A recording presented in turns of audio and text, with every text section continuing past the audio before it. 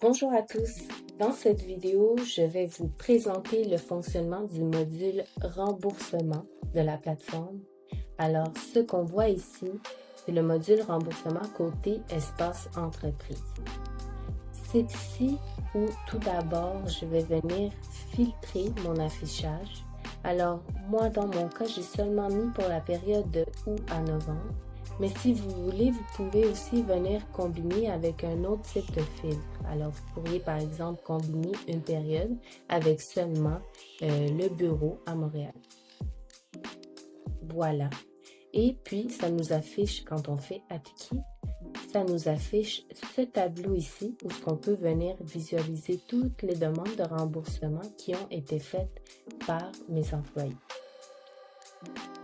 Avant de rentrer en détail, je vais vous donner un petit aperçu si je vais dans mes remboursements côté espace employé. Je vous ai fait un petit exemple ici. Disons, moi, Luana, je suis une employée et puis j'ai fait une demande de remboursement. Je viendrai ici faire ajouter une demande en remboursement, puis je pourrais ajouter toute l'information. Là, je vais vous montrer un exemple déjà pré-rempli. J'ai fait ici une demande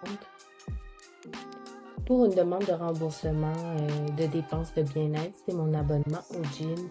J'ai rentré toutes mes informations ainsi que mon reçu d'achat. Quand je fais enregistrer, elle apparaît dans ma fiche ici. Et puis, si on retourne du côté espace entreprise, on peut voir que mon abonnement gym ici apparaît. Ma demande de remboursement, là, elle a bien rentré. Par défaut, toutes les nouvelles demandes de remboursement se mettent au statut en attente. C'est à ce stade où on va venir valider l'information. On peut aussi venir dans les 3 petits points, puis faire modifier. Donc, admettons que j'ai fait une petite erreur là, quelque chose de très banal. C'était pas le mardi, c'était le lundi que j'ai fait cet achat-là. On va faire modifier ça, enregistrer. Et voilà, ma demande elle a été mise à jour. C'est bel et bien le 3 novembre. On peut aussi cliquer sur le fichier joint pour voir le reçu. Et une fois que je valide toute l'information, je peux venir changer le statut. C'est ici où un gestionnaire, par exemple, pourrait marquer une demande préapprouvée. Ou sinon, on peut directement passer soit à le marquer comme statut de accepter ou refuser. Je vais vous montrer si je passe au statut accepter. Je valide que tout était bien. Je fais enregistrer.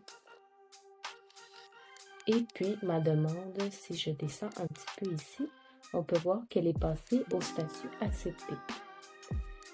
Rendu là, je n'ai plus la possibilité de modifier. Et je n'ai non plus la possibilité de revenir à un statut antérieur. Donc, une fois que c'est accepté, c'est passé à la comptabilité et puis eux pourront changer le statut soit à comptabilité ici ou rembourser.